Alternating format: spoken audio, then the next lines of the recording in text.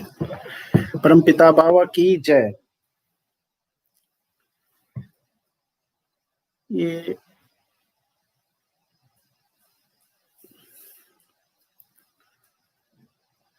जो first diocese seminar का यह जो नोट्स, सोशल स्पिरिचुअल नोट्स का जो डिस्कोर्स बाबा का है, उसका नाम है रथ और रथी।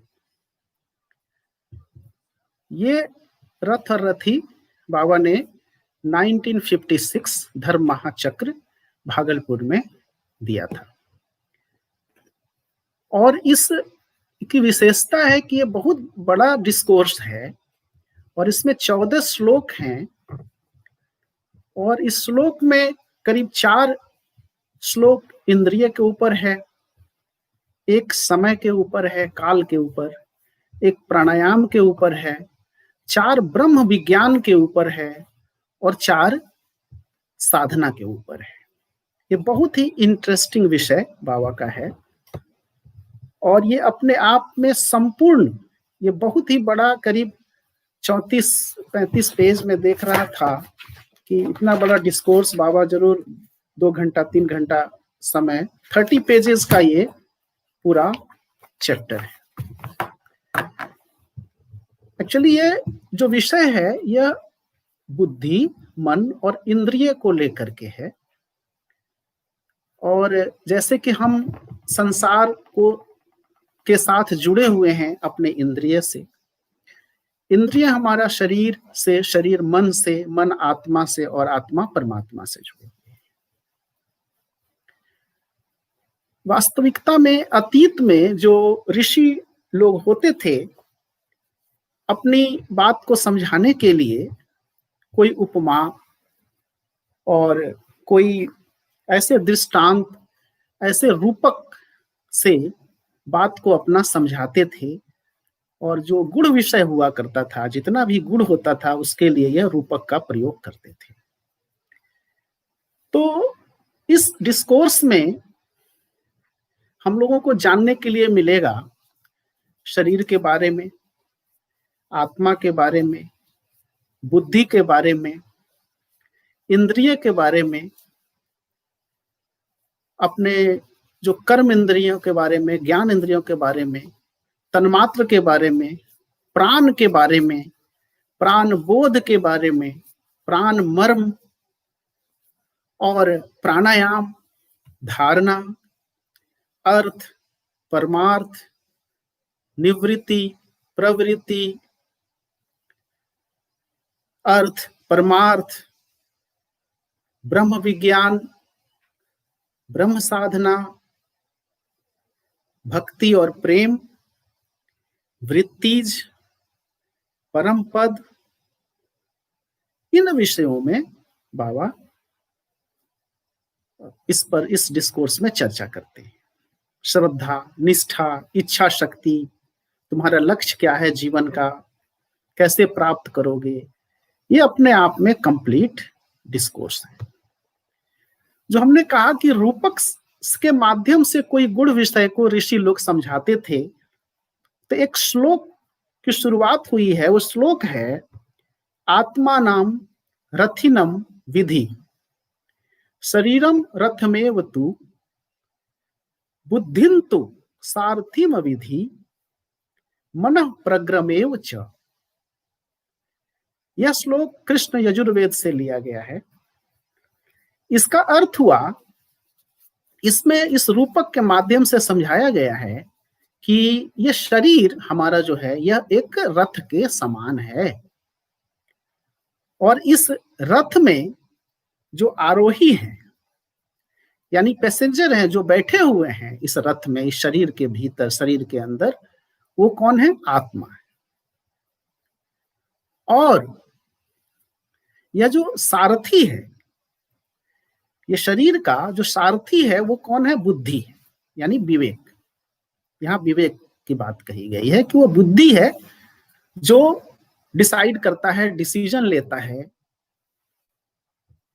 और जो प्रग्रह है, अर्थात जो हाथ में लगाम है, वो लगाम क्या है? मन है। और जो इस लगाम के साथ जुड़ा हुआ है वो क्या है? घोड़े जो हैं वो क्या है? हमारे 10 इंद्रिय हैं, 5 कर्म इंद्रिय, 5 ज्ञान इंद्रिय।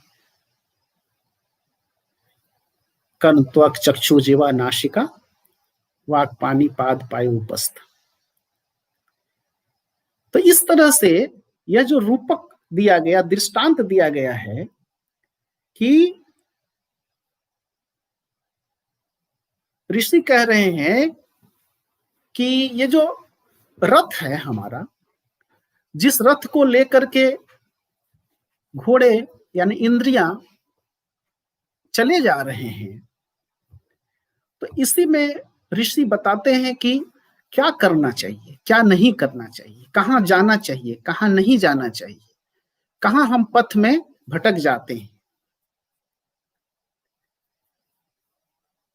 तो एक कहानी के माध्यम से मैं इस बात को और स्पष्ट करूंगा कि एक बार मां पार्वती भगवान शिव से कहती है कि भगवान, आप तो बहुत कठिन है, आपकी प्राप्ति बहुत कठिन यात्रा है, आप स्वयं खुद सहज हो जाइए जिससे कि सब लोग आपको प्राप्त कर सकें, सब लोग आप तक पहुंच सकें। भगवान शिव ने कहा कि तो बताओ क्या करने से यह सहज हो जाएगा, सब लोग मेरे पास आ सकते हैं। तो माँ पार्वती बोली कि आप अनाउंस कर दीजिए, बता दीजिए सबको कि मैं फलाने जगह पे फलाने समय में आ रहा हूं और इतना 2-3 दिन रहूंगा, जिसको आना है मेरे पास आ जाओ। भगवान शिव ने कहा ठीक है, एवं मस्तु, ऐसा ही करते हैं। तो उन दिनों के हिसाब से अनाउंसमेंट हो गया। आज के हिसाब से तो बहुत फास्ट हो जाता, व्हाट्सएप, यूट्यूब, ट्विटर, बहुत सारे चीजों से फैल जाता। लेकिन इसमें भी लोग भटक जाते, जैसे भटक जाते हैं जब मोबाइल या व्हाट्सएप या कोई चीज लेते हैं तो सही चीजों से मन भटक जाता है। भजन, भक्ति, साधना, बाबा की किताबें न पढ़कर कुछ और भी पढ़ने लग जाते हैं, कुछ और भी देखने लग जाते हैं। तो जो भी हो, उन दिनों के हिसाब से भगवान शिव ने यह खबर पहुंचवा दिया मानव जाति के लिए कि जिनको आना है मेरे पास आ जाओ, मैं 3 दिन इस स्थान पर विराजमान रहूंगा। आश्चर्य की बात यह हुई कि भगवान शिव इंतजार करते रहे और तीसरे दिन एक व्यक्ति शाम तक पहुंचता है। तो भगवान शिव कहते हैं तुम आ गए? बोले हाँ भगवान, किसी तरह से आ गया। तो और लोगों का क्या हुआ, और लोग क्यों नहीं आए, क्या बात है? बोला उन्होंने कि चलना तो सभी ने प्रारंभ किया था, सभी अपने घर से निकले, किंतु जो मार्ग में जो चीजें थी जो आकर्षित कर रही थी, उस आकर्षण के कारण कोई कहीं रुक गए, कोई कहीं रुक गए, कहीं गाना बजाया जा रहा था बहुत सुंदर, उस गाना को सुनने में लग गए, कहीं कोई फिल्म दिखाया जा रहा था उसको देखने में लग गए, कहीं सुस्वादु भोजन वितरित हो रहा था, भोजन करने में लग गए, कोई फूल के बगीचे में चले गए, सुगंध लेने लग गए, कहीं पैसे लुटाए जा रहे थे वहां चले गए। तो इस जो कलरफुल संसार है या रंगीन जो दुनिया है, इस रंगीन दुनिया में भटक गए। तो भगवान शिव ने पूछा कि तुम कैसे आए? तो उन्होंने कहा कि मैं जैसे एक एक्का का घोड़ा, टमटम का घोड़ा जो दोनों तरफ एक लगाए रखता है और उसके कारण वो सीधी तरह देख पाता है और वो चल पाता है बिना रुके, बिना अगल बगल की बात सोचे, क्योंकि दोनों तरफ सड़क के दोनों तरफ खाई है, ऊंचा नीचा है, अगर भटका तो कहीं ना कहीं यह रथ गिर जाएगा। तो उसने कहा कि इस तरह से मैं एकेंद्रीय होकर के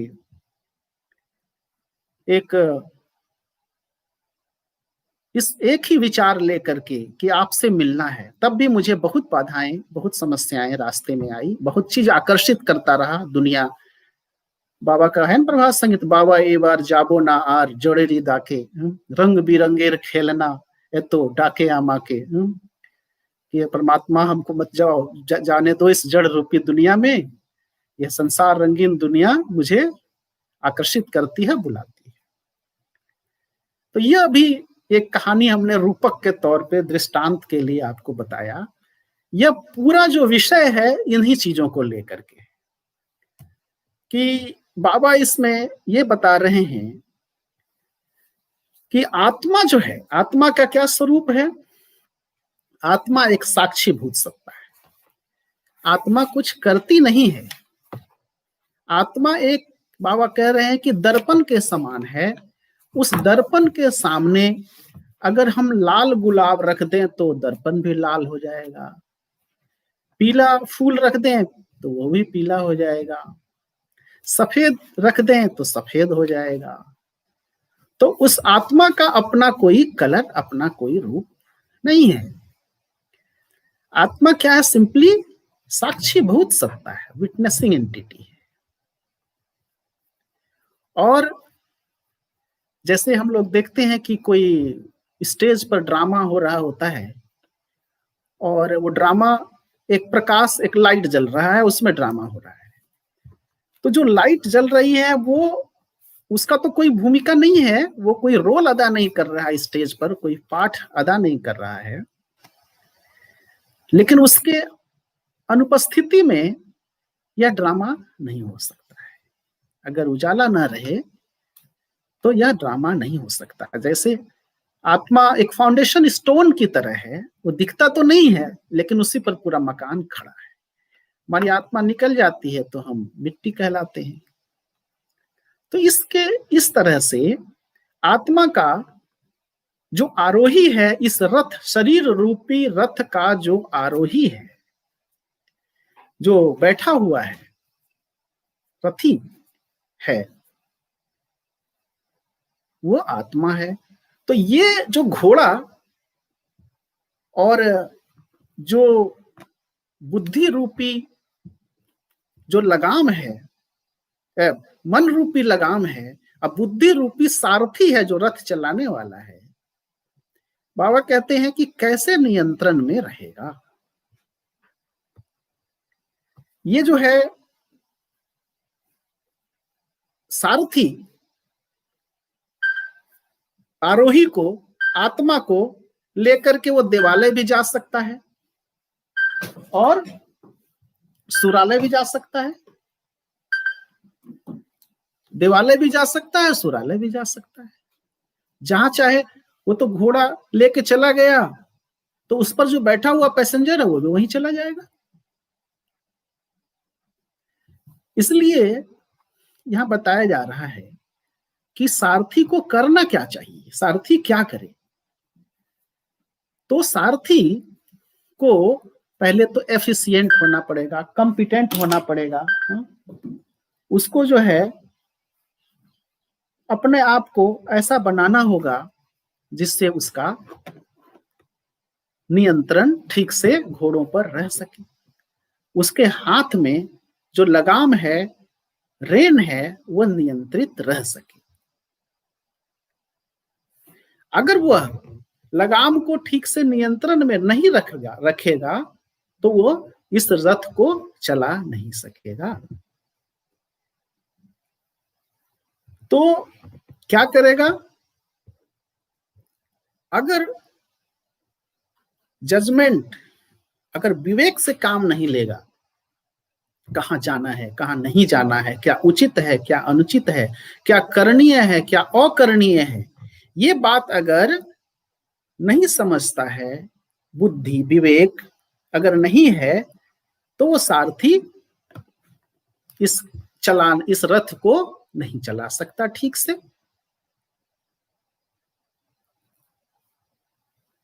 और यह जो इंद्रिय रूपी 10 घोड़े हैं, यही हमें क्या करते हैं, प्रभावित करते हैं। कैसे प्रभावित करते हैं कि आंख जो चीज देखा उधर मन चला गया, कान जो चीज सुना उधर मन चला गया, नाक में जो चीज सुगंध मिला उसके बारे में सोचना शुरू कर दिए, जो स्वाद मिला उसके बारे में सोचना शुरू कर दिए, जो हमारा नियंत्रण यहाँ पे खत्म हो जाता है, हट जाता है नियंत्रण। तो इसमें अगर सिखाया जा रहा है, बताया जा रहा है कि क्या करे सारथी, घोड़ों को कैसे ट्रेंड करे कि घोड़े नियंत्रण में रहें, इंद्रियां हमारे नियंत्रण में रहें, और किस तरह से हम इसको सही स्थान तक पहुंचा सके, अपने लक्ष्य तक कैसे मनुष्य अपने इस जीवन काल में पहुंच सके। बाबा ने एक जगह कहा है कि you should learn sadhana as early as possible. As early you will learn, you will have ample scope to materialize it into action. जितना जल्दी आदमी साधना पद्धति सीख ले, आध्यात्मिक मार्ग में आ जाए, वो अपने ऊपर नियंत्रण समझ जाता है, नियंत्रण करना जान जाता है। अब क्या है कि जो चीज हम सोचते हैं या देखते हैं या इच्छाएं रहती है हमारे भीतर मन में, वो जब दृढ़ हो जाता है, परिपक्व हो जाता है, तो वही संस्कार का रूप ले लेता है। और उसी संस्कार फल भोग करने के लिए मनुष्य को इस संसार में, इस दुखालय में, इस त्रिताप ज्वाला में, यह भ्रमर जो है इसमें घूमना पड़ता है, जन्म मृत्यु के चक्कर में, इस साइकिल ऑफ क्रिएशन में घूमना पड़ता है। तो बाबा यहाँ इस संस्कार बंधन से मुक्त होने का रास्ता बता रहे हैं, उपाय बता रहे हैं इस पूरे डिस्कोर्स में। वो कह रहे हैं कि जो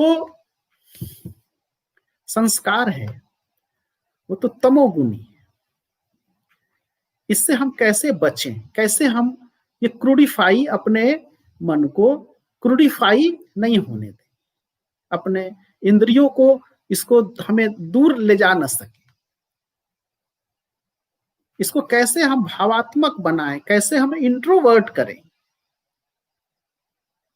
कैसे हम इसको गवर्न करें, इस इंद्रियों को किस रूप में हम अनुशासित करें और कैसे अपना नियंत्रण इस पर रखें। तो बुद्धि का यहाँ पे बहुत अहम भूमिका इस पूरे डिस्कोर्स में बताया गया है।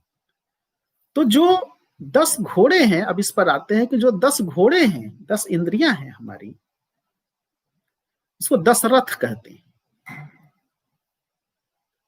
और इस पर सुप्रीम पैसेंजर जो बैठे हुए हैं, रथी, वो क्या है? आत्मा है, वो ईश्वर है। जब हम दुनिया की तरफ भागते हैं, दौड़ते हैं, तो जब हम बुद्धि का सदुपयोग नहीं करते हैं तो क्या होता है कि जो मेरी इंद्रियां हैं, जो ऑर्गन्स हैं, वो जहां तहां ले करके चली जाएगी इस रथ को। ऐसे ही जैसे कि ड्राइवरलेस रथ हो, रथ है लेकिन उस पर सारथी नहीं, घोड़े लगे हुए, घोड़े जहां भी लेकर के चल दिए।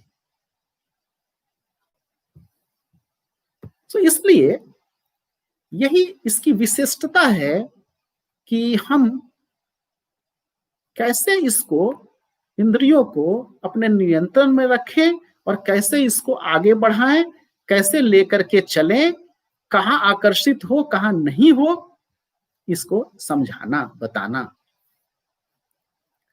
तो इस पूरे में जो हमारी इच्छाएं हैं, हमारी इच्छाएं तो अनंत हैं और परमात्मा ने अनंत इच्छा देकर के कोई भूल नहीं किया है, और उन्होंने अनंत इच्छा हमारे मन में, हमारे भीतर इसलिए दिया है कि हम अनंत को ढूंढ सकें, अनंत को खोजें।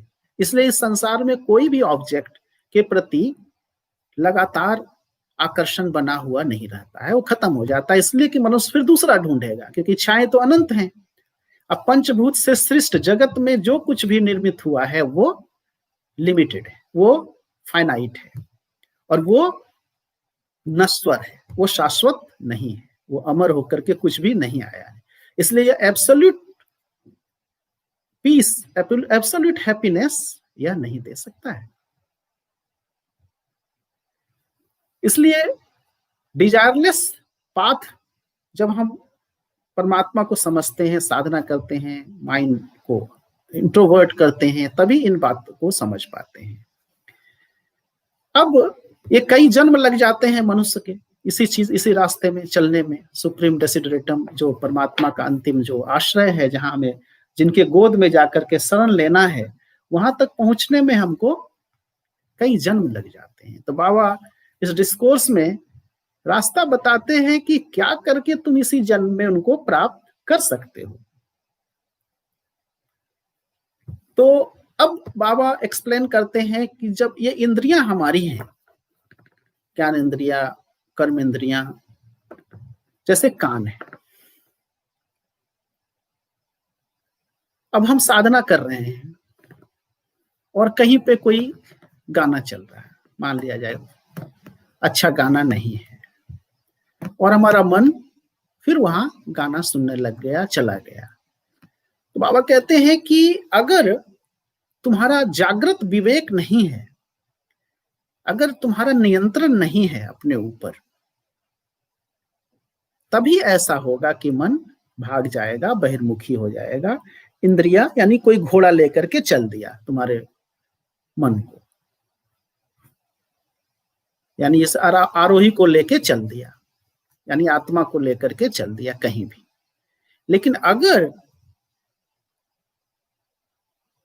यह जागृत है विवेक, यह समझ है साधक के मन में कि नहीं, मैं साधना कर रहा हूं, मुझे केवल साधना ही करनी है, मैं साधना करने के लिए जो मुझे बताया गया है, जो आचार्य ने सिखाया है, जो समझाया है, कहा है कि मंत्र जाप करना, कहा है कि इस चक्र पे मन एकाग्र करना, कहा है कि ये भाव लेना, ये मंत्र का अर्थ हुआ, यही भाव लेना, मन को एकाग्र रखना।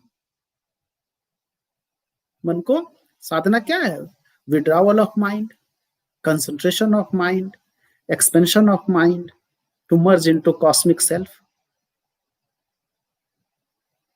तो एक चीज है कि जो हमारे भीतर जो वृत्तियां हैं वो हमको बहिर्मुखी करती है, ले जाती है, भगाती है, यहां से वहां ले जाती है। लेकिन इसको हम सप्रेस नहीं कर सकते। इसको सप्रेस करने के लिए बाबा नहीं कह रहे हैं कि इसको दबा दो, क्योंकि घोड़े को ट्रेंड करना, अनुशासित रखना ये आवश्यक है। लेकिन अनुशासन करने अगर हम चाबुक लेके घोड़ा को मारना शुरू कर दिए तो ये killing is not the way. इसको मारना या खत्म कर देना, कोई सोचे कि हम वृत्तियों को खत्म कर दें, हम इंद्रियों को खत्म कर दें, तो ये तरीका नहीं हुआ। हम जबरदस्ती भी नहीं कर सकते। हम कहेंगे नहीं, हम दबा के रखेंगे, हमारा माइंड नहीं जाए, डांस चल रहा है, वहां पे नाच हो रहा है, उधर हमारा साधना करेंगे, तो वो सप्रेस करने से नहीं होगा, बल्कि उसको प्रॉपर डायरेक्शन, उसको अनुशासित करने से, जो प्रोसेस आनंद मार्ग में साधना की विद्या, ब्रह्म विद्या बताई गई है, उस प्रोसेस से करना होगा। जैसे भूत शुद्धि, आसन शुद्धि, चित्त शुद्धि बताया गया है, कैसे विड्रॉ करेंगे एक्सटर्नल फिजिकल से इंटरनल साइकिक की तरफ, एक्सटर्नल साइकिक की तरफ, एक्सटर्नल साइकिक से इंटरनल साइकिक की तरफ, कैसे मन को हम ले जाएंगे। तो ये एक नेचुरल, बाबा बता रहे कि नेचुरल प्रोसेस से ही हम इसको अपने नियंत्रण में ला सकते हैं। जैसे सही चीज देखना, सही चीज सुनना, और अच्छा चीज में मन को लगाए रखना, सत्संग करना, अच्छा भजन गाना, प्रभात संगीत गाना, कीर्तन करना, तो सारे इंद्रियों को हम एक चैनलाइज कर रहे हैं, उनकी तरफ ले जा रहे हैं। तो उसको कैसे बांध के रखें कि एक्सट्रोवर्ट नहीं हो, निरर्थक नहीं भटके, उसकी एनर्जी खत्म नहीं हो जाए। क्योंकि साधारणतया क्या होता है कि हम इस संसार में आते हैं और संसार को हम अपना लक्ष्य समझ लेते हैं, लेकिन संसार लक्ष्य नहीं है, यह माध्यम है, यह साधन है, साध्य नहीं है। जैसे हम बिजनेस करते हैं तो बिजनेस हमारा जीने का साधन हुआ, लेकिन बिजनेस हमारा लक्ष्य नहीं हुआ। नहीं तो कहते हैं बिजनेसमैन हो गया। मनी ठीक है, लेकिन मनी माइंडेड होना ठीक नहीं, बिजनेस माइंड होना ठीक नहीं। इस संसार को हम माध्यम बनाएंगे, साधन बनाएंगे, लेकिन लक्ष्य हमारे इस हैं जिन्होंने संसार को बनाया है, जो हमारे आरोही हैं, इस शरीर में बैठे हुए जो आत्मा है, उसी आत्मा के भीतर परमात्मा बैठे हुए हैं। तो उसी प्रकार जैसे कान लेकर के, हमारे कान रूपी घोड़ा लेकर के जैसे हमारे आरोही को चला गया डांस हॉल में, गाना बजाना जहां हो रहा है, वैसे ही आंखें भी क्या करती है, आकर्षित करती है, जिसको हम देखते हैं उधर ही मन चला जाता है। बाबा ने उदाहरण दिया है कि हजरत मोहम्मद को किसी ने एक बहुत सुंदर दिया स्कार्फ, जिस पर प्रेयर करते हैं बैठ करके, उन्होंने देखा कि बड़ा आकर्षित कर रहा है, उन आंखों को देख के अच्छा लगा, तो उन्होंने उसको क्या किया, दूसरों को दे दिया, जिससे कि वो जो आंख रूपी इंद्रिय है, ये जो घोड़ा है, उनके मन को विचलित नहीं करे, उसको ओरिजिनल जो लक्ष्य है जीवन का उससे दूर नहीं ले जाए। तो इसलिए हमको जहां लक्ष्य तक पहुंचना है, जहां जाना है, अगर इसमें बाबा एक बात कहते हैं कि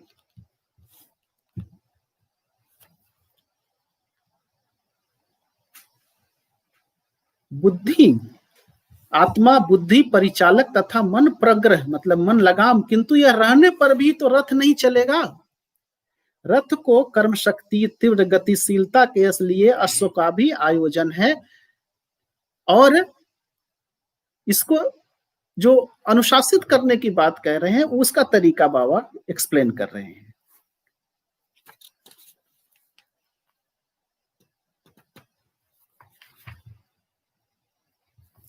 कह रहे हैं कि जो ब्रह्म विज्ञान के अधिकारी नहीं, जिनका बुद्धि रूपी सारथी मन रूपी प्रग्रह, मन रूपी लगाम का नियंत्रण नहीं कर सकता, उनका शरीर रूपी रथ भी यथाजथ भाव से नहीं चलता है। यहां ब्रह्म विज्ञान ही इस रथ चलाने का प्रकृत विज्ञान है।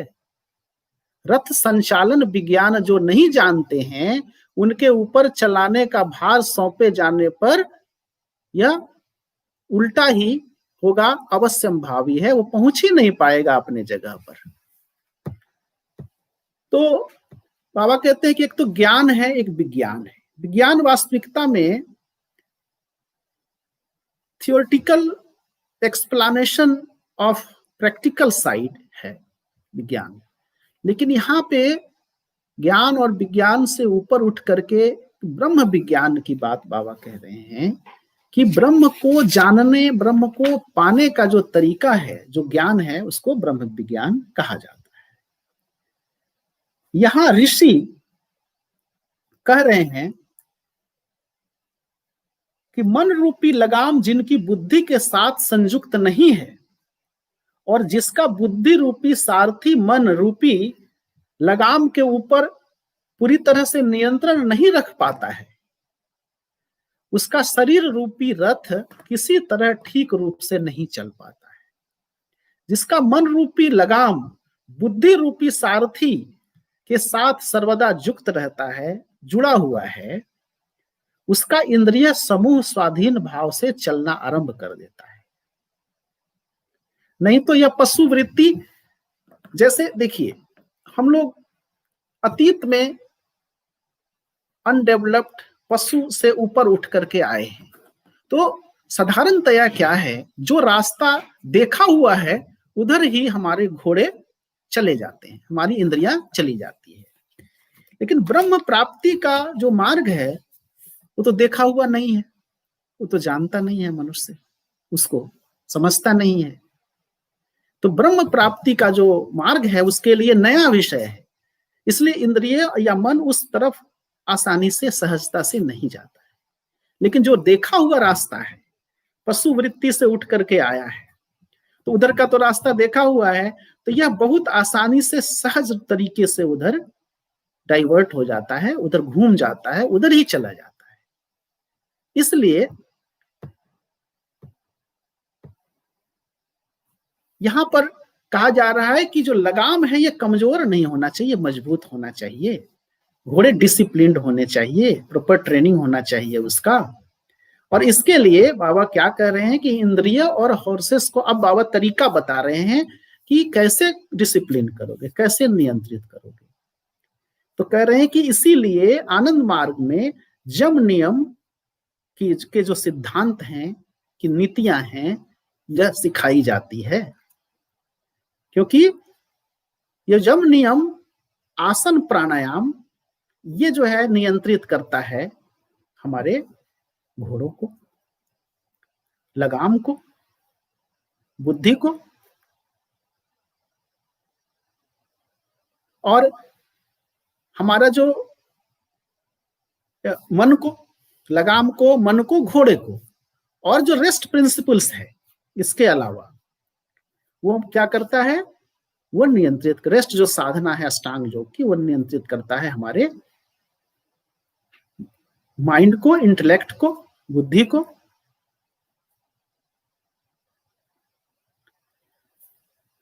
तो आगे प्रॉपर यूज, बाबा बता रहे हैं कि प्रैक्टिकल, इसका जो व्यवहारिक पक्ष है, व्यवहारिक यूज करने की आवश्यकता है। क्योंकि एक पावरफुल एनर्जी हमारे भीतर है, हम या तो उसको लगा दें, कहते हैं ना, मन एव मनुष्य नाम कारणम बंधन मोक्ष है, mind is the cause liberation and bondage is both. मन ही नियंत्रित करता है, मन ही बंधन में डाल देता है। मन इतना फ्लेक्सिबल है, जैसे वातावरण में रहता है वैसा ही बन जाता है। इसलिए विवेक बहुत ही आवश्यक है मनुष्य को, जिसके अंदर पावर है, जिसके अंदर पावर टू डिस्क्रिमिनेट, पहचानने की शक्ति हो। और अच्छा बुरा क्या है, जो चिंतन, जो वचन, जो कर्म मनुष्य का व्यक्तिगत जीवन में या सामूहिक जीवन में, शारीरिक तौर पे, मानसिक तौर पे या आध्यात्मिक तौर पे क्षति करता है, उसको गलत कहते हैं। और वैसा चिंतन, वैसा वचन, वैसा कर्म जो मनुष्य का शारीरिक रूप से, मानसिक रूप से या आध्यात्मिक स्तर पर, व्यक्तिगत जीवन में या सामूहिक जीवन में हेल्प करता है, मदद करता है, आगे बढ़ाता है, प्रगति के पथ पर ले जाता है, उसको अच्छा कहते हैं। तो विवेक ये चीज डिसाइड करता है, यही चीज कंट्रोल करता है। और तब जाकर के यह जो लगाम है, जो घोड़ों से जुड़ा हुआ है, उसको सारथी ठीक से इस रथ को ले जाकर के सही स्थान पर पहुंचा सकता है, जिसके लिए मनुष्य का जीवन मिला है।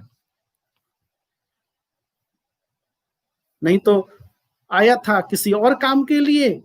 शरीर, मनुष्य इतना डेवलप्ड प्राणी, सृष्टि का सबसे विकसित जीव का लक्ष्य कुछ और था और चला कहीं और गया।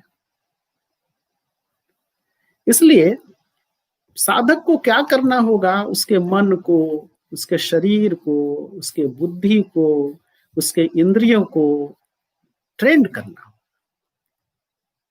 और आनंद मार्ग में पूरे प्रोसेस बचपन से ही, जो चाहे छोटे में ही नाम मंत्र की दीक्षा दी गई, भोजन का तरीका सिखाया गया, चर्याचर्य में सारे 16 पॉइंट्स जो भी चीज दिया गया है, इन पूरे आनंद मार्ग के, चाहे वो प्रयोग भूमि हो, चाहे सिद्धांत हो, वो सारे इन्हीं चीजों को ट्रेंड करने के लिए, सिखाने के लिए, जिससे मनुष्य अपने जीवन में प्राप्त कर सके परमात्मा। आप जानते हैं कि जो इंद्रियों को, 10 इंद्रियों में 5 जो कर्म इंद्रिया और ज्ञान इंद्रियां हैं, इसमें प्राण को भी इंद्रिय ही माना गया है, लेकिन उसको काउंट नहीं किया जाता है, क्योंकि प्राण के साथ 10 वायु अलग से जुड़े हुए हैं। प्राण, अपान, समान, उदान, व्यान, नाग, कूर्म, कृकर, देवदत्त, धनंजय, ये सारे वायु जुड़े रहने के कारण ये बहुत सूक्ष्म हो जाता है। और यहाँ पर बाबा प्राण के बारे में विशेष तौर पर समझाते हैं कि किस तरह से प्राण का क्या क्या भूमिका है, यहाँ पर प्राण का क्या स्वरूप है, यहाँ पर प्राण का क्या काम है, यहाँ पर प्राण क्या करता है, प्राण को कैसा होना चाहिए। अगर प्राण चंचल है तो साधक चंचल होगा, प्राण स्थिर है साधक स्थिर होगा, उसकी फलीभूत होगी, उसकी साधना फलेगी फूलेगी। अगर मन चंचल है, रेस्टलेस है, तो प्राण चंचल है। इसलिए जब ये 10 वायु जैसे हैं वो डिस्टर्ब हो जाते हैं तो आदमी की मृत्यु हो जाती है। अब प्रॉपर फंक्शन करते हैं तो आदमी का लाइफ रहता है।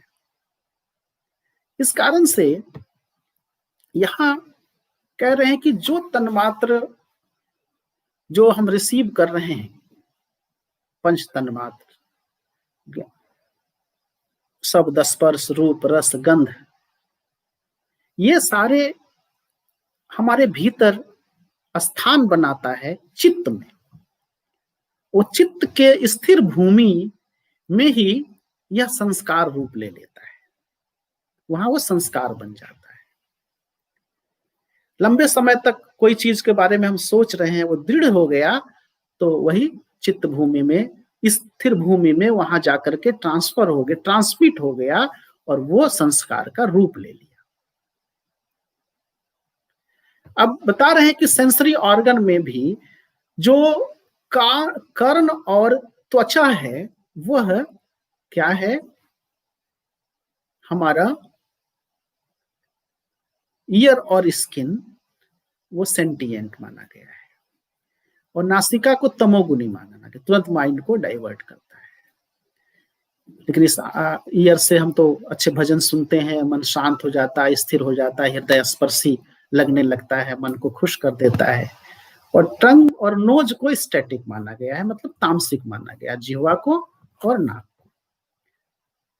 मोटर ऑर्गन में भी वैसे ही वाक और पानी को, दोनों को सात्विक माना गया है, और पैर को राजसिक माना गया है, और पाई और उपस्थ को स्टैटिक माना गया है।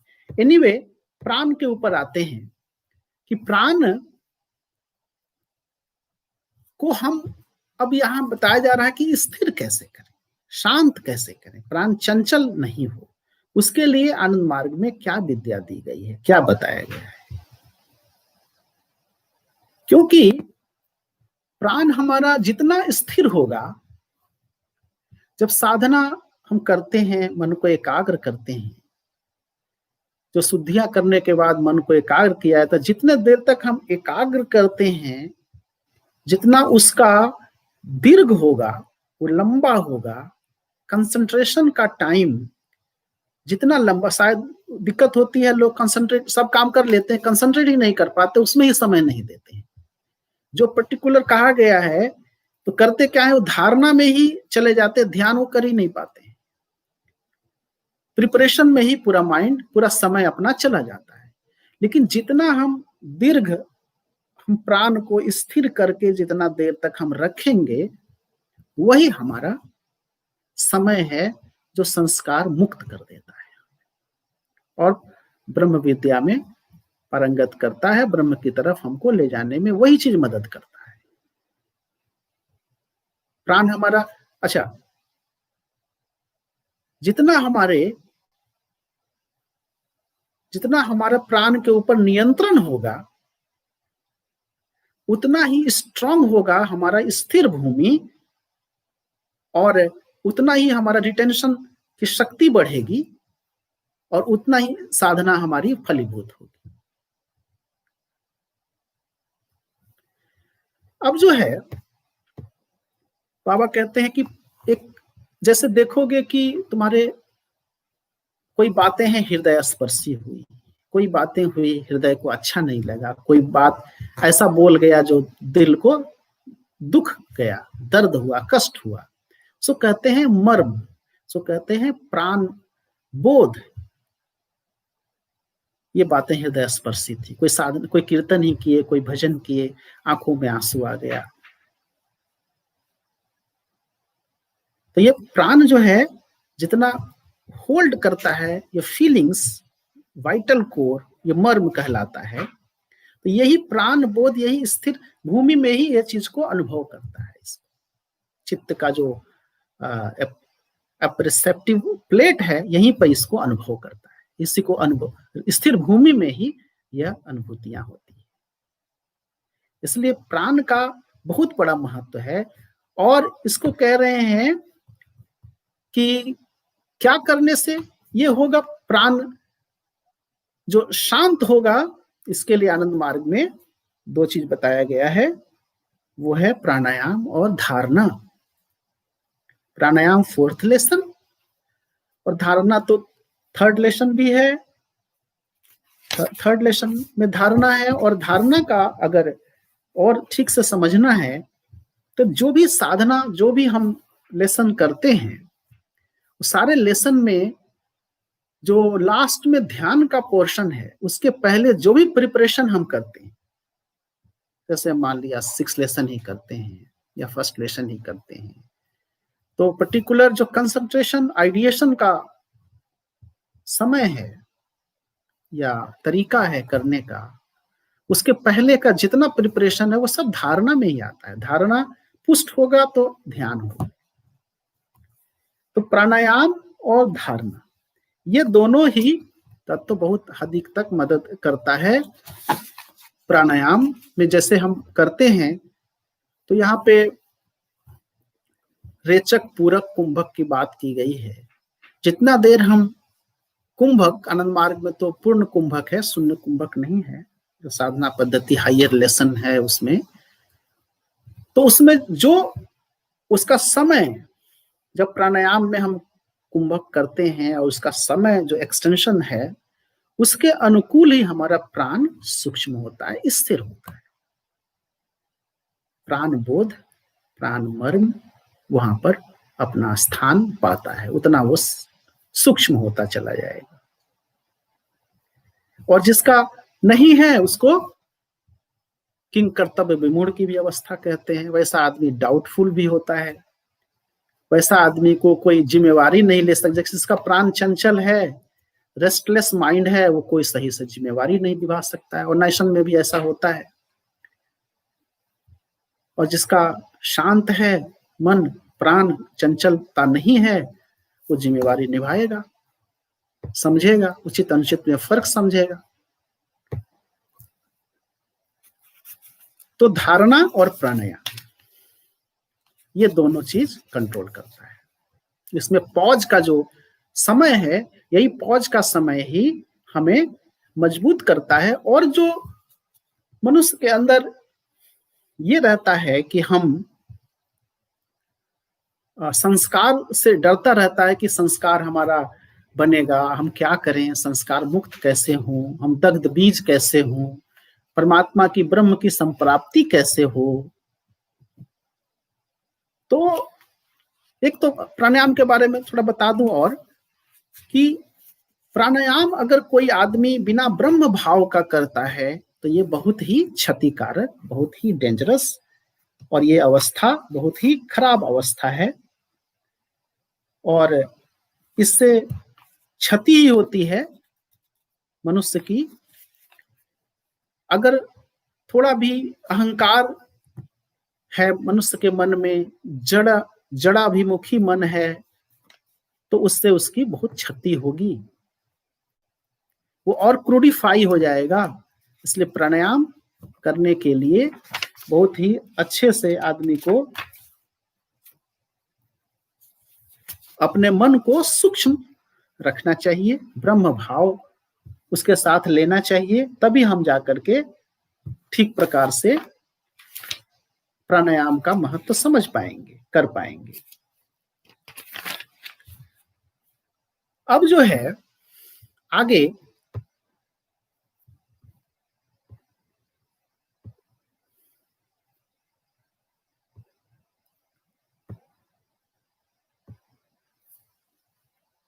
बाबा एक चीज समझाते हैं कि देखो, प्राण की स्थिरता जितनी अधिक कर पाओगे, ग्रहण शक्ति उतनी ही अधिक दृढ़ होगी। स्थिर शरीर, स्थिर मन और स्थिर इंद्रिय में प्राण की ग्रहणी शक्ति प्रबल भाव से प्रकाश पाती है, और शारीरिक व मानसिक अस्थिरता में प्राण की यह धारणा शक्ति सने सने कमती जाती है। इसलिए चंचल मति बालक लिखना पढ़ना ठीक तरह से याद नहीं कर पाता है, अर्थात प्राण में धारणा नहीं कर पाता है। चंचल मति युवक खट तो सकता है किंतु दायित्व नहीं ले सकता है। इसलिए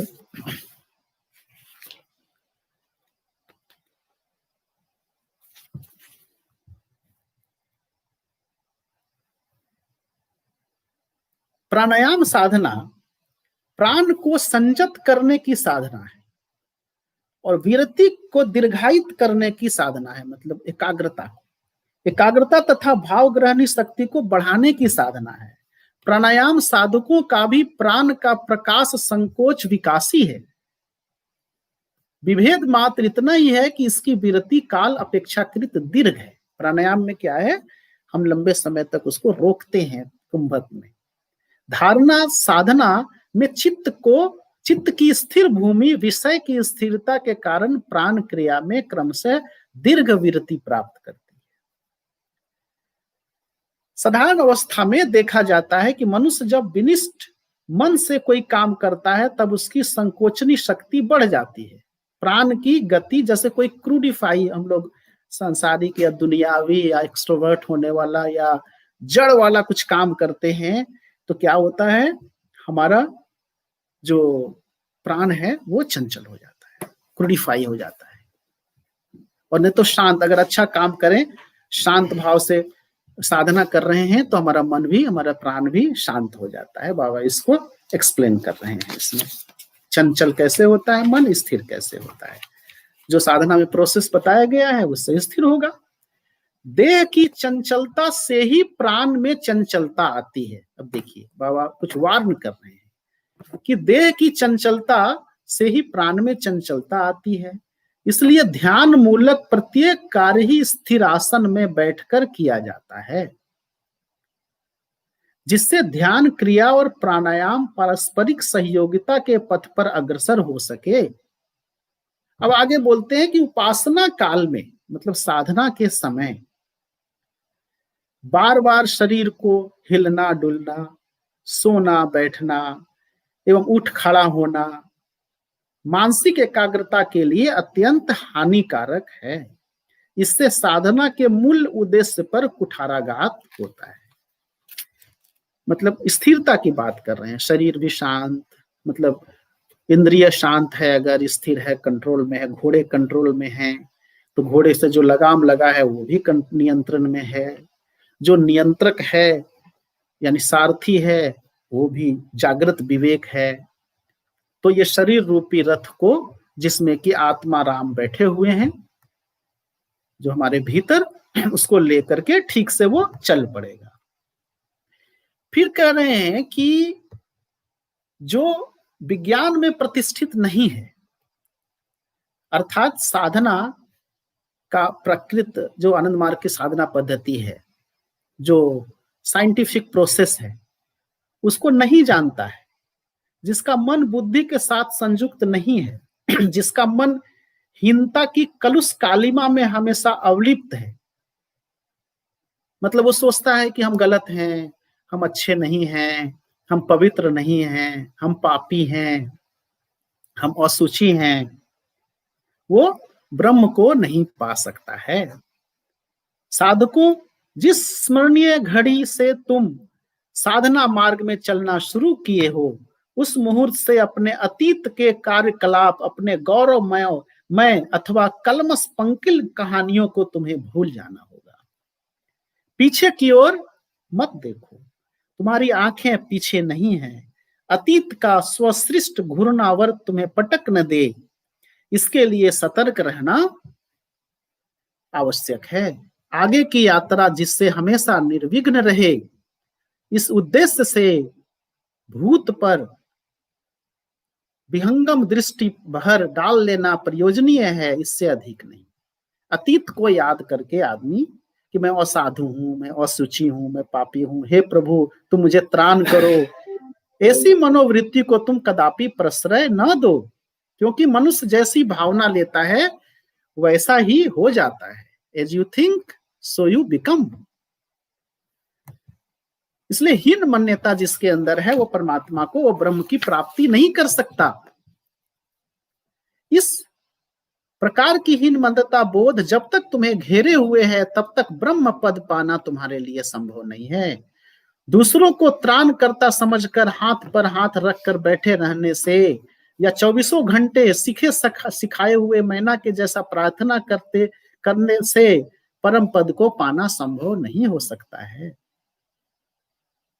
इसलिए कहते हैं कि तुम्हारा अतीत जितना जीवन कितना ही हीन क्यों न हो, अभी से ही, इस मुहूर्त से ही उसकी स्मृति को मन से बाहर फेंक दो। तुम्हारे नूतन जीवन का अभी से सूत्रपात हो, इसी मुहूर्त से तुम साधना में प्रवृत्त हो जाओ, इसे कल के लिए कदापि ना छोड़ो, क्योंकि तुम्हारे जीवन में कल सूर्योदय नहीं भी हो सकता है। कर्म फल के बारे में बाबा कहते हैं कि डरने की आवश्यकता नहीं है कि तुम जो कर्म, आनंद मार्ग में क्या है, फर्स्ट लेसन करते हैं तो हमारे संस्कार कटते हैं, और सेकंड लेसन की साधना करते हैं तो हमारे संस्कार बनते नहीं है। दोनों काम हो गया, क्योंकि जो भी हम कर्म कर रहे हैं, इच्छा ले रहे हैं, संस्कार तो लगातार बन रहा है।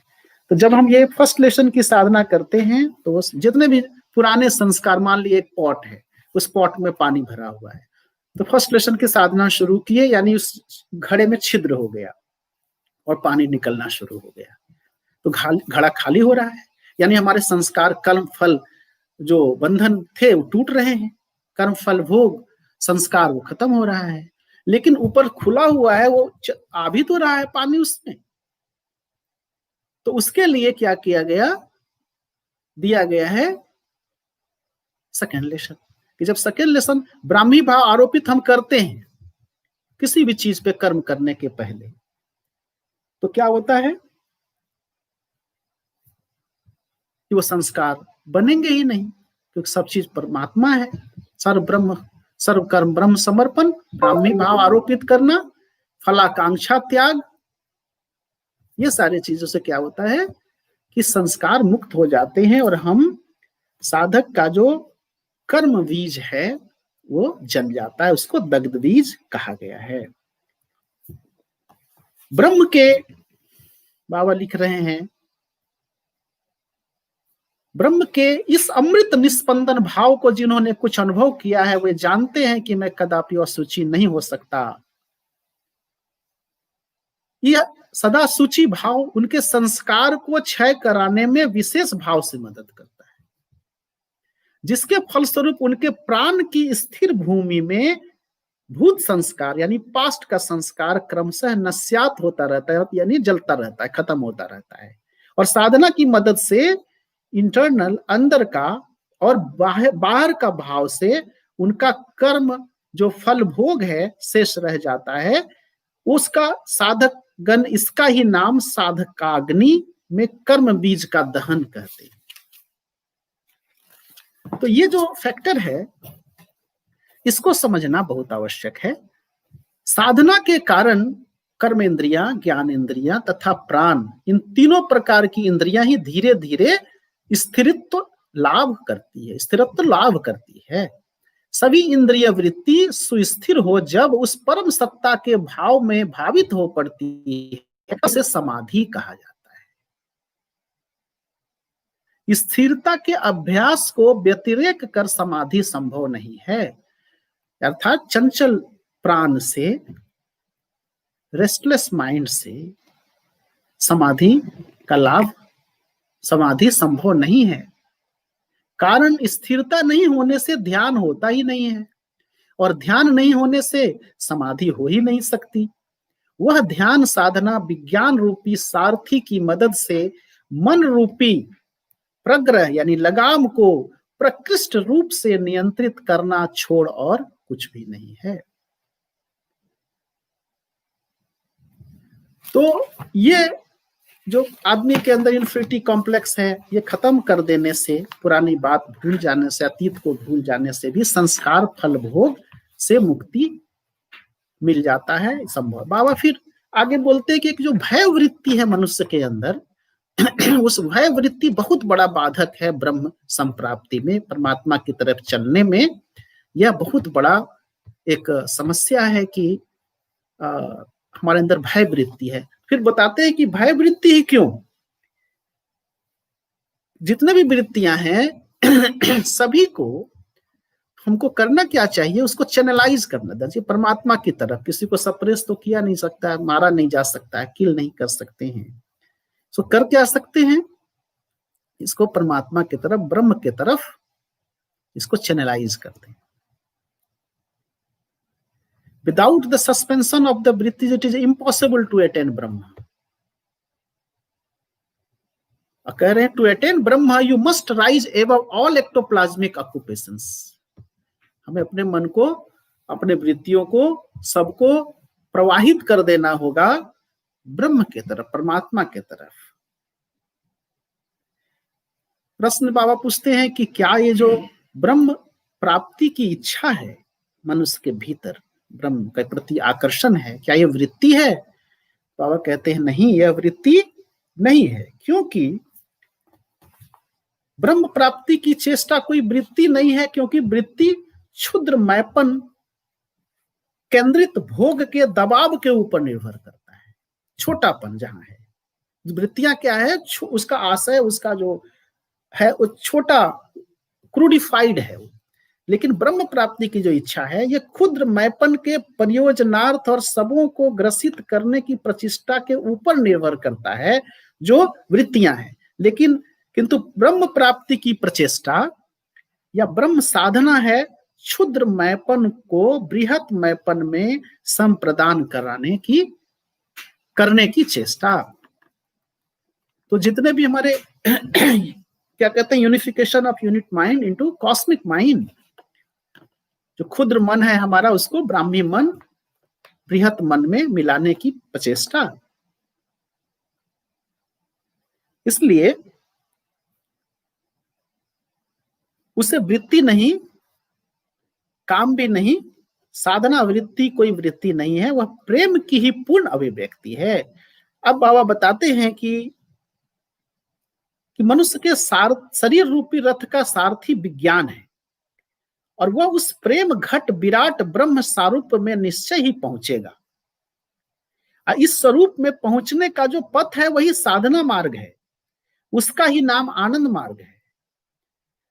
जो मार्ग है प्रेम का, यह जो स्वरूप है वही रस घन है, वही आनंद घन सत्ता है, उसे ही परम पद या विष्णु परम पद, सुप्रीम रैंक ऑफ विष्णु कहा जाता है। इस परम पद में कोई मनोगत भाव को सामान्यतम संभावना नहीं रहने के कारण यह अवस्था सुख दुख के बाहर की अवस्था है। त्रिताप जीव के सभी दुखों की अत्यंत की निवृत्ति इस परम पद में ही होती है। कहा गया है ना कि जो क्षणिक निवृत्ति, हम कुछ भूख लगी, खाना खा लिए, भूख मिट गई, क्षणिक निवृत्ति हुई, तो फिर रात में भूख लग जाएगी। तो मनुष्य जो दुख की जो निवृत्ति है वो दो प्रकार, एक क्षणिक है, एक टेम्पोररी है, एक परमानेंट नेचर का है। उसको एक अर्थ कहते हैं, एक को परमार्थ कहते हैं। तो परमार्थ की जो प्राप्ति है, इसलिए इस प्रज्ञा स्थिति में परमार्थ है और साधना इस अत्यंत की निवृत्ति का सोपान है।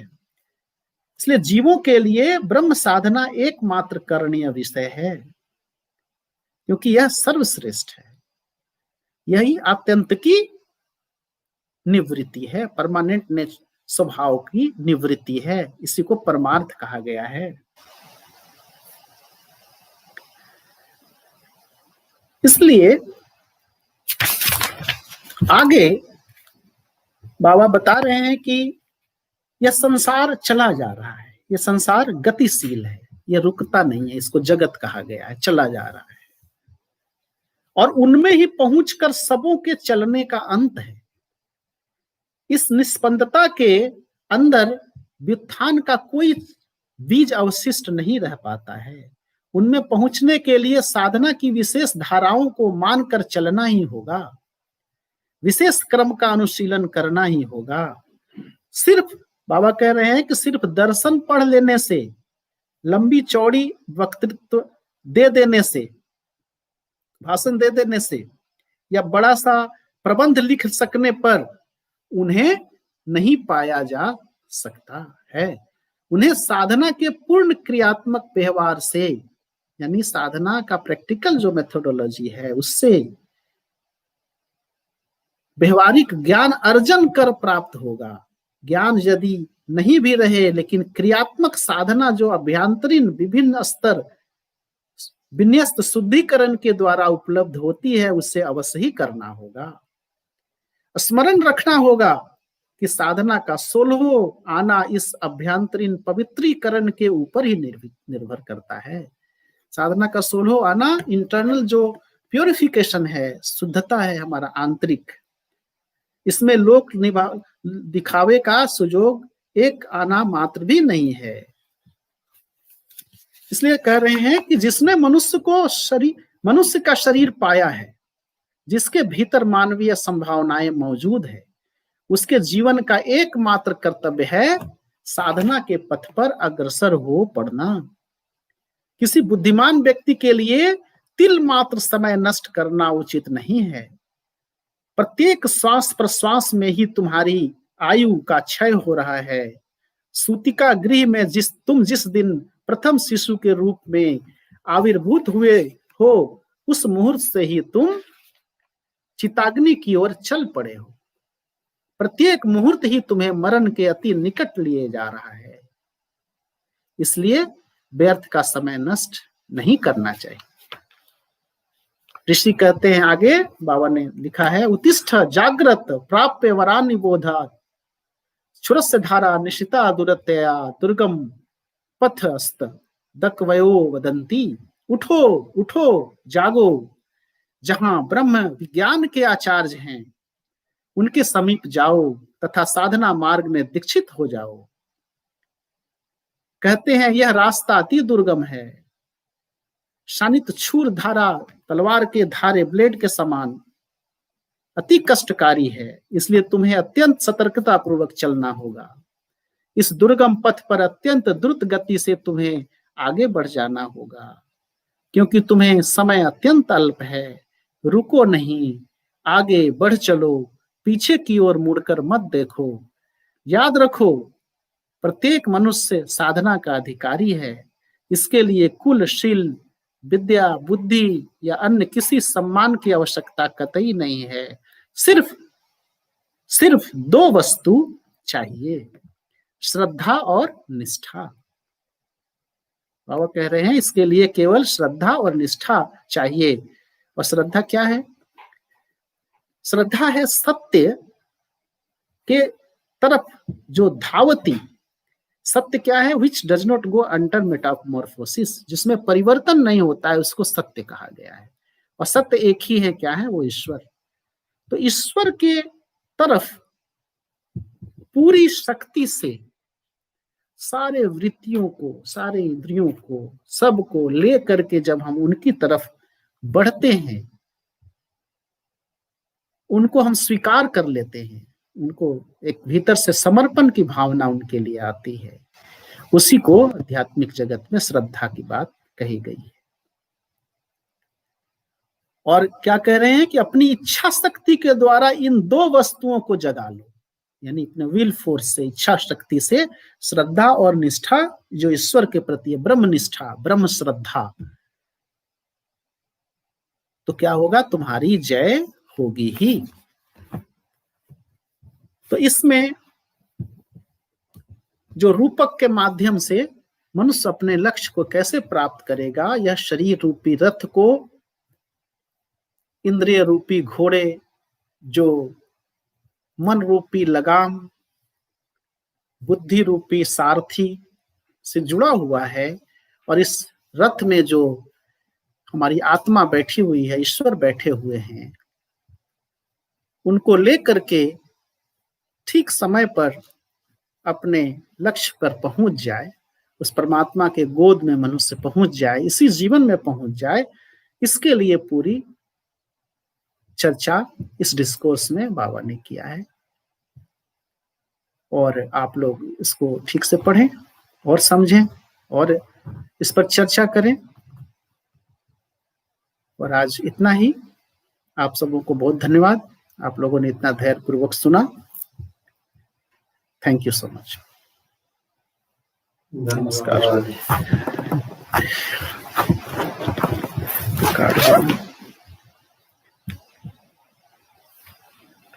बात कर लें।